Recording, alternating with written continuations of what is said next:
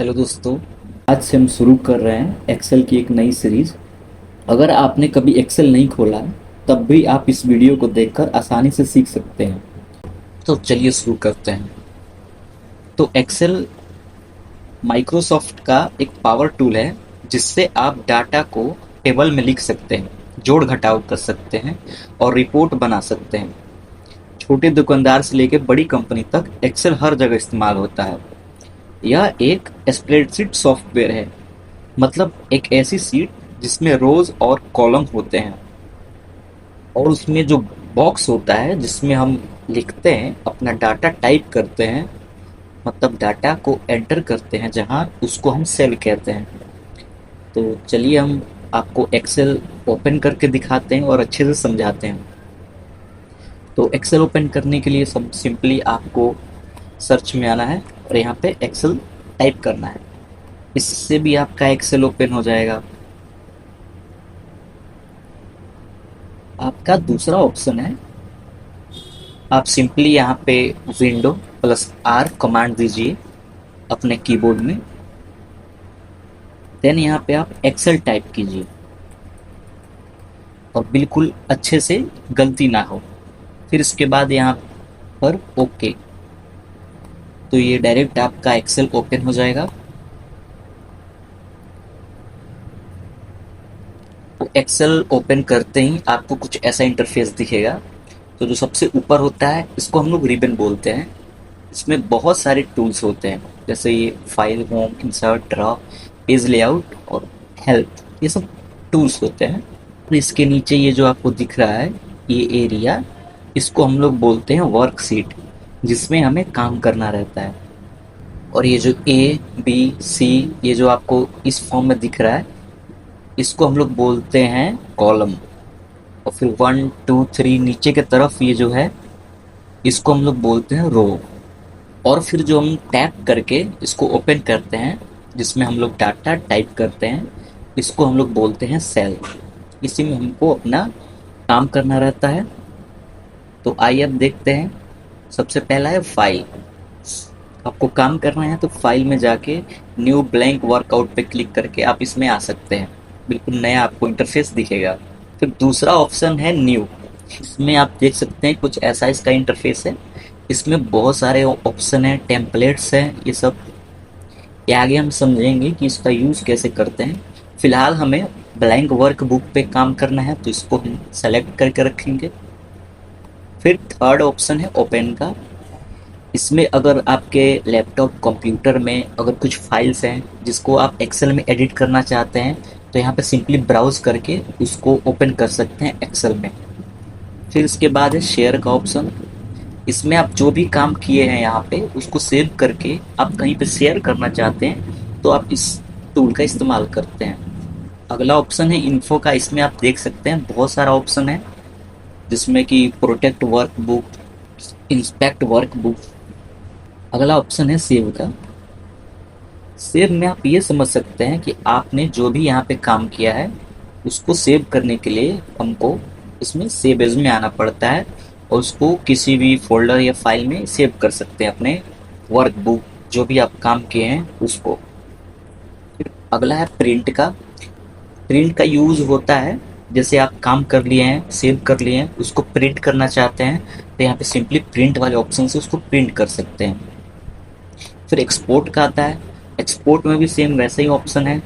जैसे आपका डाटा है उसको कहीं एक्सपोर्ट करना चाहते हैं, मान लीजिए सेव करना चाहते हैं, तो यहाँ पे सेव हो जाएगा वो। आगे हम जानेंगे। ये जो आपको ये दिख रहा है A1, यहाँ पे इसको नेम बॉक्स बोलते हैं।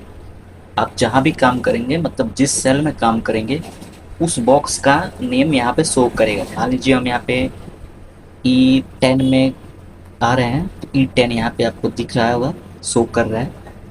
B3 में आ रहे हैं तो B3 यहाँ पे शो कर रहा है, मतलब ऐसा है। अगला ऑप्शन है ये फार्मूला बॉक्स, इसको बोलते हैं। मान लीजिए हम कुछ फार्मूला यहाँ पे अप्लाई कर रहे हैं तो यहाँ पे उसका शो करेगा फार्मूला। इसको हम यहाँ से बड़ा और छोटा भी कर सकते हैं, आप देख सकते हैं। अगला ऑप्शन आपको यहाँ पे जूम इन जूम आउट का नीचे सबसे नीचे दिख रहा होगा।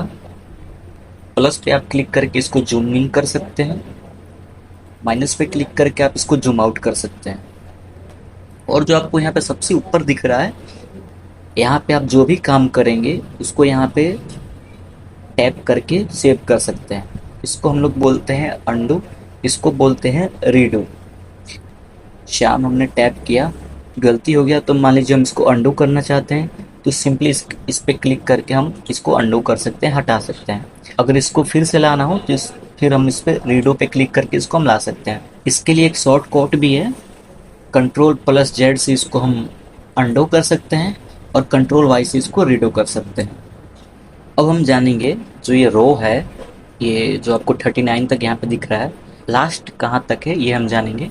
इसके लिए आपको कंट्रोल और डाउन एरो को क्लिक करेंगे तो आप सबसे नीचे यहाँ पे देख सकते हैं, यहाँ तक है इसका लास्ट लिमिट।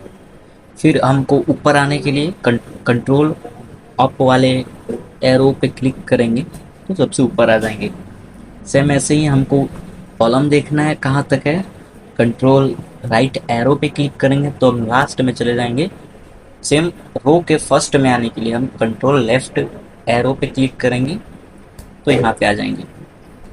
अब हम जानेंगे इस सेल को अगले रो या फिर कॉलम में ऐसे मूव करने के लिए हमको क्या करना है। राइट साइड इसको मूव करने के लिए हम राइट एरो पे क्लिक करेंगे तो राइट साइड जाएगा, लेफ्ट पे करेंगे तो लेफ्ट साइड जाएगा, नीचे करेंगे तो नीचे साइड, ऊपर करेंगे तो ऊपर साइड। बिल्कुल सिंपल है, आप समझ गए होंगे। अब सीखते हैं कैसे एक्सेल में डाटा डालते हैं और उसे फॉर्मेट करते हैं। मान लीजिए हम एक स्टूडेंट की मार्कशीट बना रहे हैं तो कॉलम ए में हम नेम लिखते हैं। फिर आप टैब ऑप्शन से भी आप दूसरे कॉलम में आ सकते हैं। फिर इसमें हम यहाँ पे मैथ लिख रहे हैं, फिर टैब, फिर साइंस, फिर इसका हम नाम लिखते हैं, इसका मैथ में कितने नंबर आया, मान लीजिए 60, साइंस में आया है 70, तो इसका टोटल कितना आया है हम ये निकालेंगे। अब इसका टोटल करने के लिए हमें एक फॉर्मूले का यूज़ करना पड़ता है। इसके लिए हम यूज़ करेंगे इक्वल टू, फिर लिखेंगे हम सम, फिर हम ब्रैकेट में इसको लिखेंगे, फिर ब्रैकेट करके हम दोनों को सेलेक्ट कर लेंगे और फिर एंटर कर देंगे। आप देख सकते हैं टोटल यहाँ पे नंबर आ गया है। इस डाटा को हमें फॉर्मेटिंग करना है।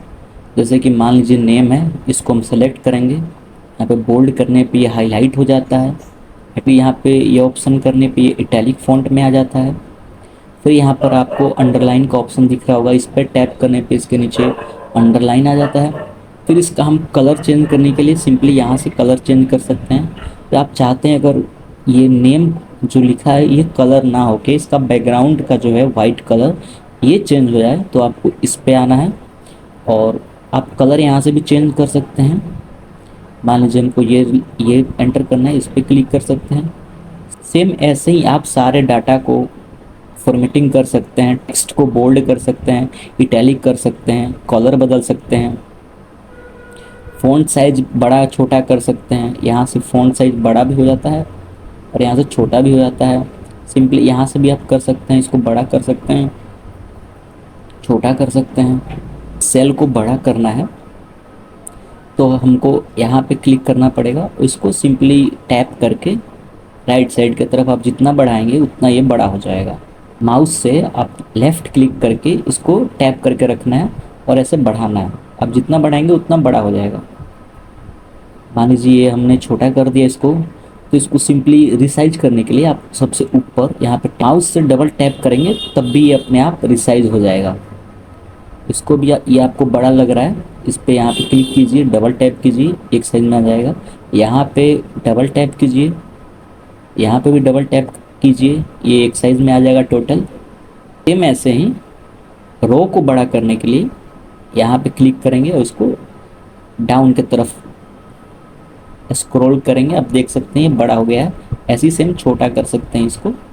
दोस्तों आज हमने सीखा एक्सेल क्या होता है, उसके कुछ हमने टूल्स जाने, छोटा सा बेसिक फार्मूला हमने अप्लाई किया, फिर इसका फॉर्मेटिंग कैसे करते हैं हमने वो जाना। कि आगे हम अगले वीडियो में जानेंगे क्योंकि ये वीडियो बहुत बड़ा हो जाएगा, बोरिंग लगेगा। तो मिलते हैं अगले वीडियो में। अगर आपको ये वीडियो पसंद आई हो तो लाइक सब्सक्राइब ज़रूर कीजिएगा। धन्यवाद।